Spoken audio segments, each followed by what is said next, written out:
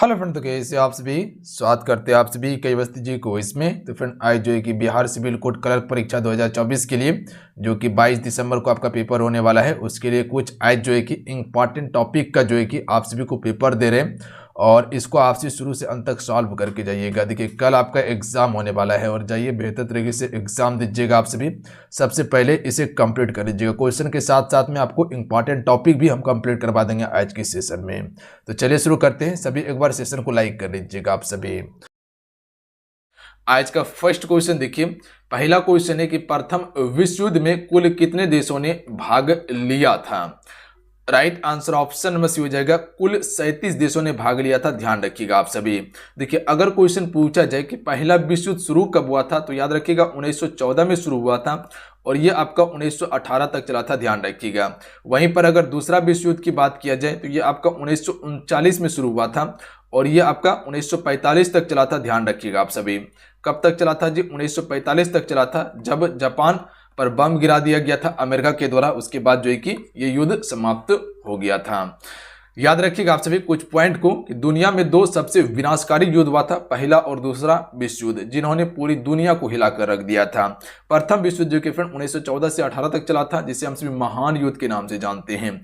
यह मित्र देश की शक्ति और केंद्रीय शक्तियों के बीच में लड़ा गया था। वहीं पर अगर दूसरा विश्व युद्ध की बात किया जाए तो ये 1939 से 45 तक चला था।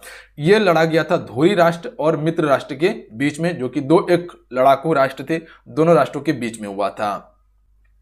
यहां से क्वेश्चन पूछा जाता है कि कौन सा देश धुरी राष्ट्र में था और कौन सा देश जो है कि मित्र राष्ट्र में शामिल था। तो आपसे नोट कर लीजिएगा, जहां से क्वेश्चन आपके पेपर में पूछा जा सकता है कि कौन धुरी राष्ट्र था और कौन मित्र राष्ट्र में शामिल था। तो देखिए जर्मनी जो है, याद रखिएगा आप सभी, जर्मनी हो गया, इटली हो गया और जापान हो गया, ये धुरी राष्ट्रों में शामिल था, ये ध्यान रखिएगा आप सभी।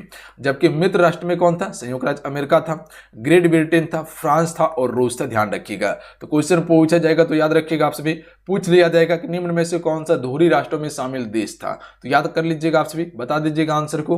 ध्यान रखिएगा आप सभी। क्लियर है? अगला क्वेश्चन है क्वेश्चन नंबर 2। चलिए इस क्वेश्चन का आंसर कीजिएगा आप सभी। तो क्वेश्चन है कि अमेरिका ने द्वितीय विश्व युद्ध के दौरान जापान के नागासाकी शहर में किस नामक परमाणु बम को गिराया था। देखिए नागासाकी पर जो गिराया गया था परमाणु बम, वो आपका 9 अगस्त को गिराया गया था। ध्यान रखिएगा 9 अगस्त 1945 को गिराया गया था, जिसका नाम क्या था? फैटमैन था। ध्यान रखिएगा आप सभी, जो कि कह सकते हैं प्लूटोनियम 239 नामक बम गिराया गया था, जिसका नाम रखा था फैटमैन। याद रखिएगा आप सभी। जबकि अगर 6 अगस्त की बात किया जाए, 6 अगस्त 1945 को कहां पर गिराया गया था? तो याद रखिएगा आप सभी, ये आपका हिरोशिमा में गिराया गया था, जिसका नाम क्या था? लिटिल बॉय था। यानी कि कह सकते हैं कि जापान का 2 महत्वपूर्ण शहर को उड़ा दिया गया था। इसके बाद ही क्या किया था? जापान ने आत्मसमर्पण कर दिया था। ध्यान रखिएगा आप सभी। अगला क्वेश्चन देख लीजिएगा, क्वेश्चन नंबर 3 है। क्वेश्चन ये है कि द्वितीय विश्व युद्ध कुल कितने वर्षों तक लड़ा गया था। देखिए दूसरा विश्व युद्ध शुरू कब हुआ था? 1939 में शुरू हुआ था और यह आपका 1945 तक चला था। ध्यान रखिएगा 1945 तक। तो कुल कितने वर्ष लड़ा गया? 6 वर्ष लड़ा गया था। ध्यान रखिएगा, ऑप्शन में ए करेक्ट आंसर हो जाएगा। कुछ उसके बाद याद रखिएगा कि जर्मनी ने 1 सितंबर 1939 को पोलैंड पर आक्रमण कर दिया था। तो जर्मनी ने पोलैंड पर आक्रमण कब किया था? 1 सितंबर 1939 को किया था। वहीं पर अगला पॉइंट नोट कीजिएगा, इसके 2 दिन के बाद जो है कि ब्रिटेन और फ्रांस ने जर्मनी के खिलाफ जो है कि युद्ध की घोषणा की थी।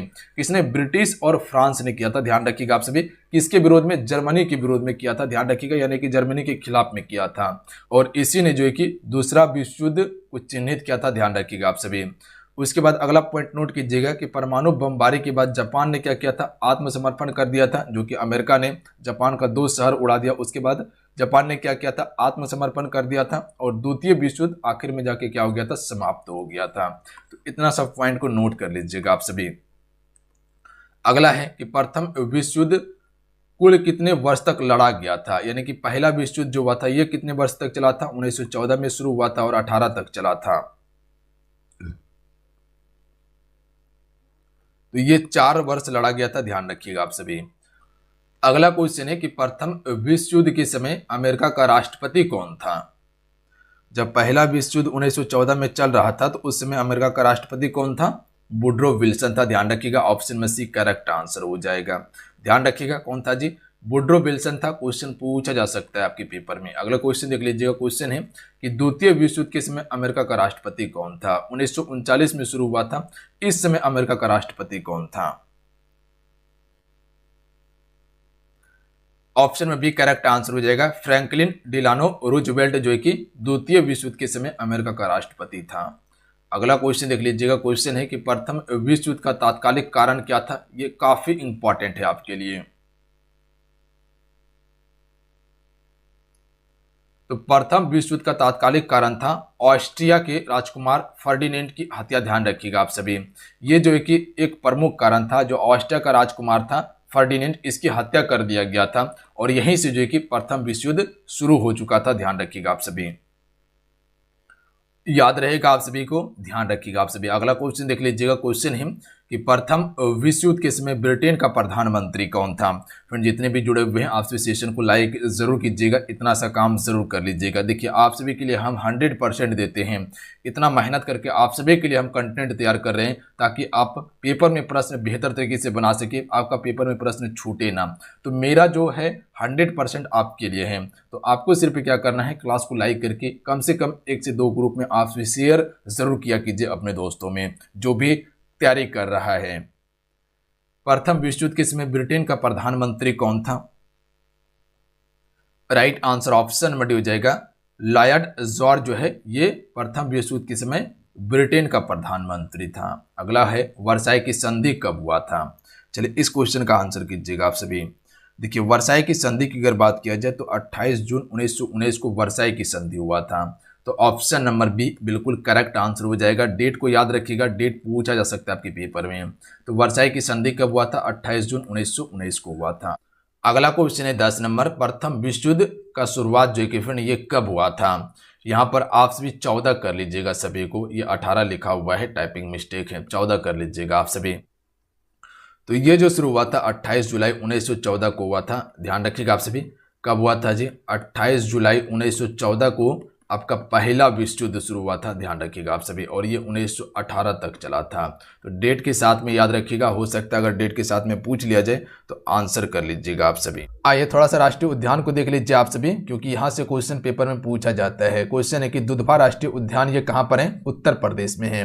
उसके बाद दाचीग्राम वन्यजीव अभ्यारण्य के बारे में याद रखिएगा, ये जम्मू कश्मीर में है आपका। अच्छा, संकटापन रिडेले कछुआ का नाम सुने हैं, जो कि विश्व का सबसे बड़ा समुच्चयन है, ये कहाँ पर पड़ता है? गहीरमाथा राष्ट्रीय उद्यान में है और ये आपका उड़ीसा में है। जैसे चिल्का झील कहाँ पे? उड़ीसा में है, याद रखिएगा आप सभी। सबसे खारे पानी की तटीय झील है। उसके बाद सरिस्का पक्षी विहार, ये कहाँ स्थित है? राजस्थान में। यहाँ पर पक्षी विहार लिखा हुआ है, तो ऐसा नहीं समझना कि बिहार में है, ये राजस्थान में है। अगला है अच्छा रणथोम भर भी कहाँ पर है? वो भी आपका राजस्थान में है। कुंभलगढ़ राजस्थान में ही है। विश्व का एकमात्र तैरता हुआ राष्ट्रीय उद्यान कीबुल लामजाओ, ये कहाँ पर पड़ता है? तो मणिपुर में पड़ता है, इसको याद रखिएगा आप सभी। काजीरंगा किस लिए जाना जाता है? एक सिंग गैंडा के लिए, और असम में है। नील सरोवर पक्षी अभ्यारण्य ये गुजरात में है। पेरियार गेम अभ्यारण्य जो है ये कहाँ पर है? जंगली हाथियों के लिए ये जाना जाता है और ये आपका गुजरात में ही पड़ता है, पेरियार। उसके बाद है चंद्रप्रभा वन्यजीव अभ्यारण्य, ये कहाँ पर है? उत्तर प्रदेश में है, याद रखिएगा आप सभी इतना। उसके बाद देख लीजिएगा आप सभी, एक है आपका वाल्मीकि राष्ट्रीय उद्यान के बारे में याद रखिएगा, ये आपका बिहार में पड़ता है वाल्मीकि। और उसके बाद एक बेतला राष्ट्रीय उद्यान याद रखिएगा, जो कि झारखंड में है, बेतला। आइए थोड़ा सा एसआई मात्रक को देख लीजिएगा आप सभी। 7 मूल मात्रक को सबसे पहले समझ लीजिएगा, metre, kilogram, second, ampere, kelvin और उसके बाद कैंडला, उसके बाद मोल। ये मूल 7 आपका मात्रक है। उसके बाद देखिए ऊर्जा का एसआई मात्रक क्या होता है? जूल होता है। आयतन का क्या होता है? घन मीटर होता है। दाब का क्या होता है? पास्कल होता है। ताप का क्या होता है? केल्विन होता है। बिल्कुल रिवाइज कर लीजिएगा। विशिष्ट ऊष्मा का क्या होता है? जूल प्रति किलोग्राम होता है। विद्युत धारा का क्या होता है? एम्पेयर होता है। ऊष्मा का क्या होता है? जूल होता है। विद्युत धारा का विद्युत प्रतिरोध का ओम होता है। और यहाँ पर देखिएगा विद्युत धारा दिया हुआ है, इसका एम्पियर होता है। दोनों में समझिएगा, विद्युत प्रतिरोध की बात किया जाए तो ओम। कार्य का एसआई मात्रक क्या होता है? तो न्यूटन प्रति मीटर या जूल होता है। शक्ति के एसआई मात्रक जूल या प्रति सेकेंड या वाट होता है, याद रखिएगा, जूल प्रति सेकेंड या वाट होता है। त्वरण का याद रखिएगा, वर्ग मीटर प्रति सेकेंड होता है। ध्वनि तीव्रता का एसआई मात्रक क्या होता है? डेसिबल होता है। तरंग दैर्घ्य का एंगस्ट्रॉम होता है। समुद्री गहराई का जो एसआई मात्रक होता है या समुद्र की गहराई को जो हमसे मापते हैं वो किससे मापते हैं, फैदम से मापते हैं या फैदोमीटर, याद रखिएगा।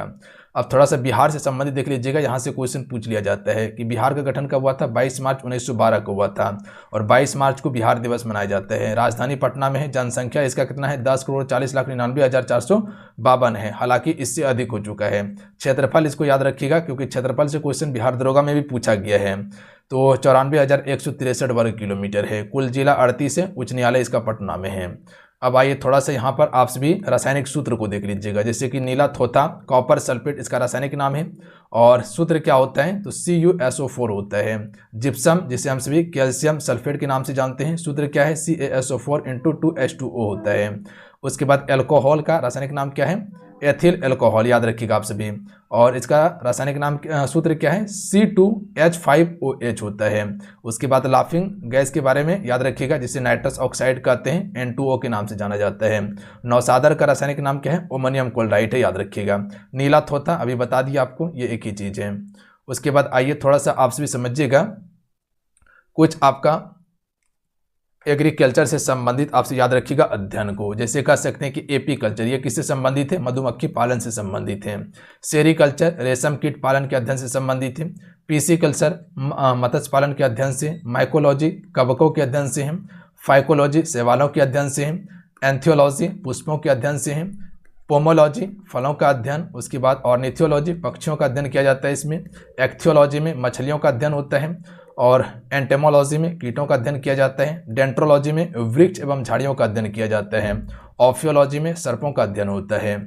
उसके बाद सोरोलॉजी में छिपकलियों का अध्ययन किया जाता है। सिल्वीकल्चर में काठी पेड़ का संवर्धन किया जाता है, पेड़ों का संवर्धन किया जाता है। हॉर्टिकल्चर में उद्यान विज्ञान से संबंधित अध्ययन होता है। उसके बाद फ्लोरिकल्चर में फूलों की खेती से संबंधित अध्ययन होता है। तो ये आप सभी अध्ययन से संबंधित याद रखिएगा। अब आइए हिंदी का कुछ इंपॉर्टेंट आप प्रश्न देख लीजिए, जैसे कि गायक का संधि विच्छेद क्या होता है, ग प्लस अक होता है। गिरी का संधि विच्छेद क्या होता है, गिरी प्लस इस होता है। सप्तऋषि का संधि विच्छेद क्या होता है, सप्त प्लस ऋषि होता है। ध्यान दीजिएगा यहाँ पर विसर्ग का प्रयोग किया गया है। अच्छा, वातानुकूल का संधि विच्छेद क्या होगा, वात प्लस अनुकूल होगा। उसके बाद अगला याद रखिएगा निराशित, इसका संधि विच्छेद क्या है, निधन आशा होगा, याद रखिएगा आप सभी, यहाँ पर विसर्ग का प्रयोग होगा। उसके बाद कन्यादान का समास आपको बताना है। कन्यादान में कौन सा समास है, इसमें तत्पुरुष समास है। देखिए तत्पुरुष समास में क्या होता है, इसका अंतिम पद प्रधान होता है। हरफन मोला में याद रखिएगा, इसमें तत्पुरुष समास है। मुख दर्शन में आपका तत्पुरुष समास है और दसमुख में आपका बहुब्रीहि समास है। ये जितने अभी फैक्ट बताएं इसको आप याद कर लीजिएगा कंठस्थ, ठीक है। अगला क्वेश्चन देख लीजिएगा, बिहार का अनूठा त्यौहार कौन सा है। अनूठा की बात किया गया है तो हम सभी कह सकते हैं कि छठ पूजा जो है बिहार का एक अनूठा त्यौहार है, सबसे बड़ा त्यौहार माना जाता है। अगला है डैश हार्मोन हमारे शरीर को संकट का सामना करने के लिए तैयार करता है। तो इनमें से कौन सा हार्मोन है जो हमारे शरीर को संकट का सामना करने के लिए तैयार करता है। इससे पहले वाला भी सेट में आपको कवर करवाया गया था। Right answer option number D हो जाएगा एड्रेनलिन हार्मोन जो है फ्रेंड, इसे हम सभी कह सकते हैं कि हमारे शरीर में संकट का सामना करने के लिए तैयार करता है। ऑप्शन में भी करेक्ट आंसर हो जाएगा, जिसे लड़ो उड़ो हार्मोन भी कहते हैं। अगला है निम्नलिखित में से क्या एक उत्कर्मणीय परिवर्तन है। यह भी क्वेश्चन हो चुका है। बर्फ का पिघलना एक उत्कर्मणीय परिवर्तन है, यानी कि कह सकते हैं भौतिक परिवर्तन है। बाकी बात ये सभी क्या है, ये सभी रासायन परिवर्तन है। अगला है विंग कमांडर अभिनंदन को किस पुरस्कार से सम्मानित किया गया है। विंग कमांडर अभिनंदन वही है जो कह सकते कि पाकिस्तान चला गया था, फ्लाइट जब क्रैश हुआ था। तो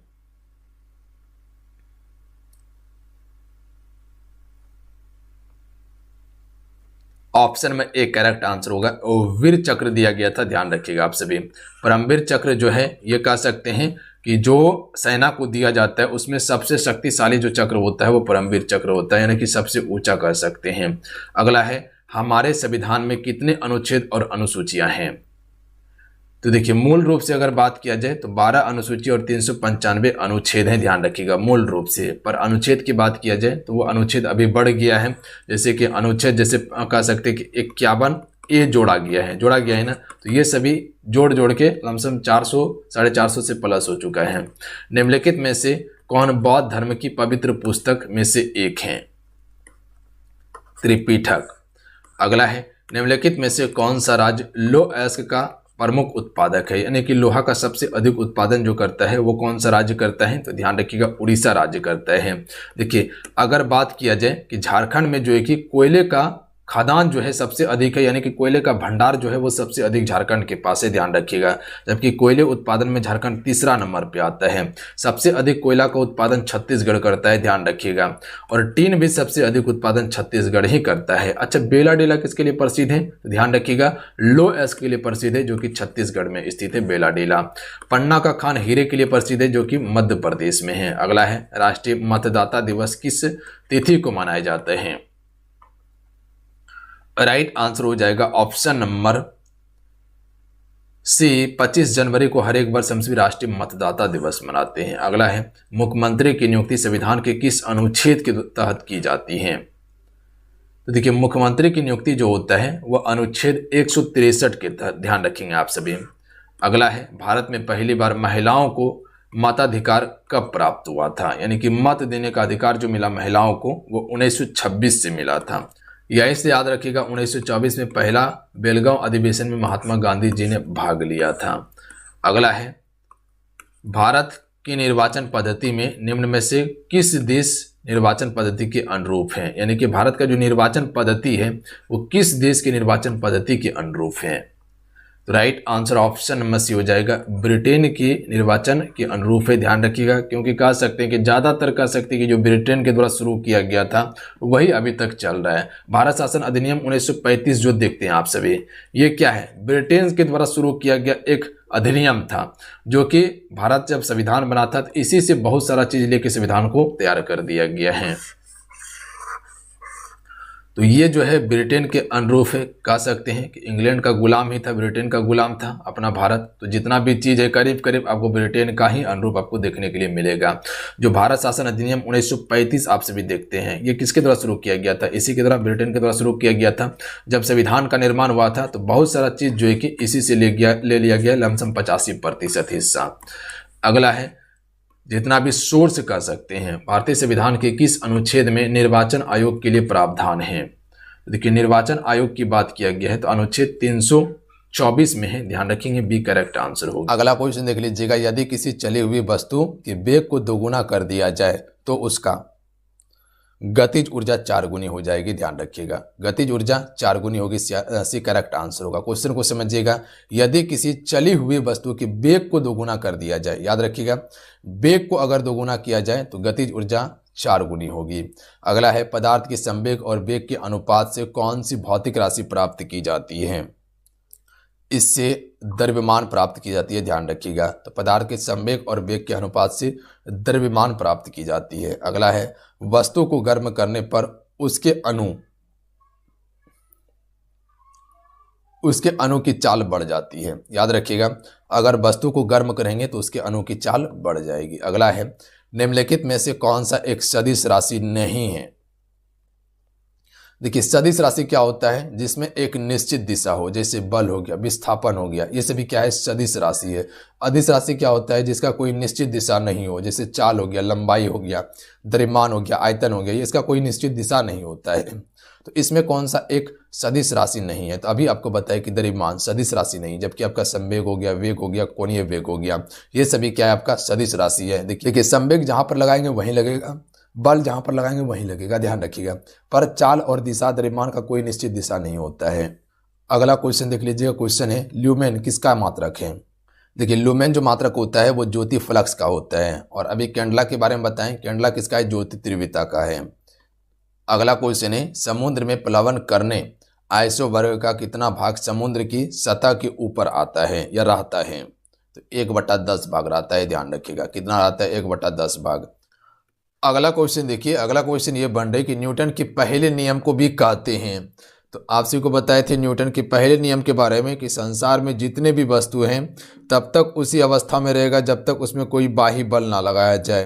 तो न्यूटन के पहले गति का नियम को हम सभी जड़त्व के नियम से नाम से भी जानते हैं। ऑप्शन में बी करेक्ट आंसर होगा। अगला क्वेश्चन देख लीजिएगा, क्वेश्चन है यदि हम भूमध्य रेखा से ध्रुव की ओर जाते हैं तो जी का मान क्या होगा। ये छोटी जी की बात किया गया है। तो छोटी जी का मान क्या हो जाता है, बढ़ता है, ध्यान रखिएगा आप सभी। तो ऑप्शन में एक करेक्ट आंसर हो जाएगा। यदि भूमध्य रेखा से ध्रुव की ओर जाया जाए तो आप सभी को पता होना चाहिए पूरा पृथ्वी का ग्लोब है, ठीक है, ये क्या है, पृथ्वी का ग्लोब है। इसे हम सभी क्या कहते हैं, भूमध्य रेखा कहते हैं। 0 डिग्री अक्षांश रेखा के नाम से भी जाना जाता है। और ये आपका क्या है, ध्रुव है, ध्यान रखिएगा। ये आपका उत्तरी ध्रुव, ये आपका दक्षिणी ध्रुव है और ये आपका भूमध्य रेखा है, ध्यान रखिएगा। तो यहाँ से अगर हम सभी ऊपर ध्रुव की ओर जाते हैं तो छोटी जी का मान क्या हो जाएगा, बढ़ेगा। अगला क्वेश्चन देख लीजिएगा। अगला क्वेश्चन है, बांध के नीचे की दीवार मोटी बनाई जाती है, क्यों बनाई जाती है? क्योंकि गहराई बढ़ने के साथ द्रव का दाब क्या होता है, बढ़ता है, इसीलिए जो है कि बांध के नीचे मोटी दीवार बनाई जाती है। तो ऑप्शन नंबर क्या हो जाएगा, ए बिल्कुल करेक्ट आंसर हो जाएगा। गहराई बढ़ने के साथ द्रव का दाब क्या हो जाता है, बढ़ता है।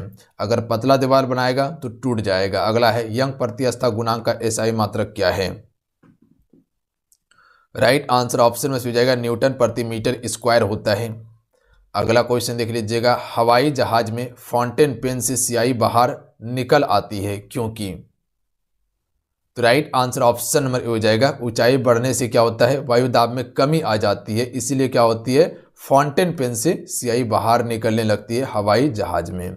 अगला है, निम्नलिखित युग्मों में से किन भौतिक राशियों के समान विमीय सूत्र नहीं है? इनमें से कौन सा एक भौतिक राशि है जिसमें समान विमीय सूत्र नहीं है? देखिए, बल और दाब का समान विमीय सूत्र नहीं होता है, ध्यान रखिएगा आप सभी। जबकि आपका कार्य और ऊर्जा का समान है, आवेग और संवेग का समान है और भार और बल का समान है, ध्यान रखिएगा। तो यहाँ पर बल और भार का समान है, ना कि बल और दाब का समान है। तो ध्यान रखिएगा आप सभी, ये समान है इसका विमीय सूत्र, जबकि ये दोनों का समान नहीं है। अगला क्वेश्चन देख लीजिएगा। क्वेश्चन है कि एक लड़की झूले पर बैठी स्थिति में झूला झूल रही है, उस लड़की के खड़े हो जाने पर दोलन का आवर्तकाल क्या होगा? तो देखिए, उस लड़की के खड़े हो जाने से दोलन का आवर्तकाल कम हो जाएगा, यानी ऑप्शन में एक करेक्ट आंसर होगा। अगला क्वेश्चन देख लीजिएगा, रॉकेट की कार्यप्रणाली किस सिद्धांत पर आधारित है? तो अभी आपको बताए थे, रॉकेट जो कार्य करता है वो संवेग संरक्षण के नियम पर कार्य करता है।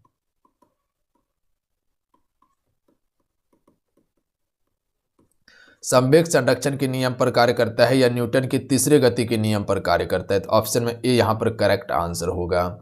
अगला है, बल गुणनफल है। तो देखिए, बल गुणनफल जो है द्रव्यमान और त्वरण का है, बी करेक्ट आंसर होगा। याद रहेगा आप सभी को, बल किसका गुणनफल है, द्रव्यमान और त्वरण का। अगला है, बर्फ में पानी तैरती है परंतु अल्कोहल में डूब जाती है, क्यों डूबती है, ऐसा क्या कारण है? तो आपसे कह सकते हैं, भैया जी बर्फ पानी से हल्की होती है तथा अल्कोहल से भारी होती है। तो ऑप्शन नंबर हम सभी डी की तरफ जा सकते हैं। ध्यान रखिएगा कि बर्फ पानी से हल्की होती है, इसीलिए बर्फ क्या होता है, पानी में तैरती है, और अल्कोहल से भारी होती है जिसके कारण से क्या होती है, डूब जाती है। तो याद रहेगा, बर्फ पानी में तैरती है परंतु अल्कोहल में डूब जाती है, तो यही कारण है। अगला है, जल के आयतन में क्या परिवर्तन होगा यदि तापमान 9 डिग्री सेल्सियस से गिराकर 3 डिग्री सेल्सियस कर दिया जाए? 9 डिग्री सेल्सियस है, उसको 3 डिग्री सेल्सियस कर देंगे तो क्या होगा, आयतन पहले घटेगा बाद में बढ़ जाएगा। याद रखिएगा आप सभी, आयतन पहले घटेगा। 9 डिग्री सेल्सियस से जैसे हम 4 डिग्री सेल्सियस तक लाएंगे तो वो क्या होगा, आयतन पहले घटेगा। ध्यान रखिएगा, 4 डिग्री सेल्सियस तक आयतन घटेगा, उसके बाद फिर बढ़ना शुरू हो जाएगा। तो याद रखिएगा, ऑप्शन में सी करेक्ट आंसर होगा। अगला क्वेश्चन देख लीजिएगा, किसी वस्तु का ताप किसका सूचक है? उसके अणुओं की गतिज ऊर्जा का सूचक है। ये धरती माता की पूजा करनी चाहिए, पर्यायवाची शब्द का चयन कीजिए। तो धरती का जो पर्यायवाची होगा वो क्या होगा? यहां पर जो रेखांकित शब्द देख रहे हैं धरती, इसका पर्यायवाची क्या हो जाएगा? तो right answer option number C हो जाएगा वसुधा। ध्यान रखिएगा आप सभी, वसुधा जो है फ्रेंड ये धरती का पर्यायवाची है, याद रखेंगे आप सभी। अगर हमसे बात करें कि पृथ्वी का पर्यायवाची यानी कि धरती का पर्यायवाची क्या होता है, तो अंचला होता है, अवनी होता है, क्षति होता है, धरती होता है, भूमि होता है, मही होता है, मैदनी होता है, वसुधा होता है और वसुंधरा होता है। ध्यान रखिएगा आप सभी, याद रहेगा, क्वेश्चन पूछा जाएगा पर्यायवाची से, याद कर लीजिएगा आप सभी। अगर क्वेश्चन पूछा जाए कमल का पर्यायवाची, तो कमल का अरविंद होता है, उत्पल होता है, नलिन होता है, पुष्कर होता है, राजीव होता है, सरोज होता है, जलज होता है, पंकज होता है और नीरज होता है। ध्यान रखिएगा आप सभी, तो ये कमल का पर्यायवाची है। साथ साथ में आपसे बोलते चलिएगा तो प्रश्न आपको याद होगा, ध्यान रखिएगा आप सभी। क्योंकि आप सभी को हम बार बार कहते हैं कि प्रश्न को याद कीजिए आप सभी, क्योंकि जब तक प्रश्न को याद नहीं कीजिएगा तो समझ लीजिए पेपर में बना नहीं पाइएगा, कन्फ्यूजन आपको कर देगा। तो प्रश्न आपकी जुबान पे होना चाहिए, ध्यान रखिएगा आप सभी। अगर प्रश्न याद करने का क्षमता आ गया है तो समझ लीजिए इस फील्ड का बादशाह आप ही है। फिर आकाश का पर्यायवाची क्या होता है? नभ होता है, गगन होता है, अंबर होता है, आसमान होता है। जितने भी इंपॉर्टेंट क्वेश्चन है जहां से पूछा जा सकता है उसी को मेंशन किया गया है। पानी का क्या होता है? जलज होता है, नीरज होता है, वारी होता है और सलील होता है, ध्यान रखिएगा आप सभी। वहीं पर धरती का बताएं पृथ्वी, भू, भूमि, वसुंधरा। उसके बाद वायु का क्या होता है? पवन होता है, अनिल होता है, सिमर होता है और हवा होता है। जंगल का क्या होता है? तो विपिन होता है, कानन होता है, वन होता है, आर्नय होता है, ध्यान रखिएगा आप सभी।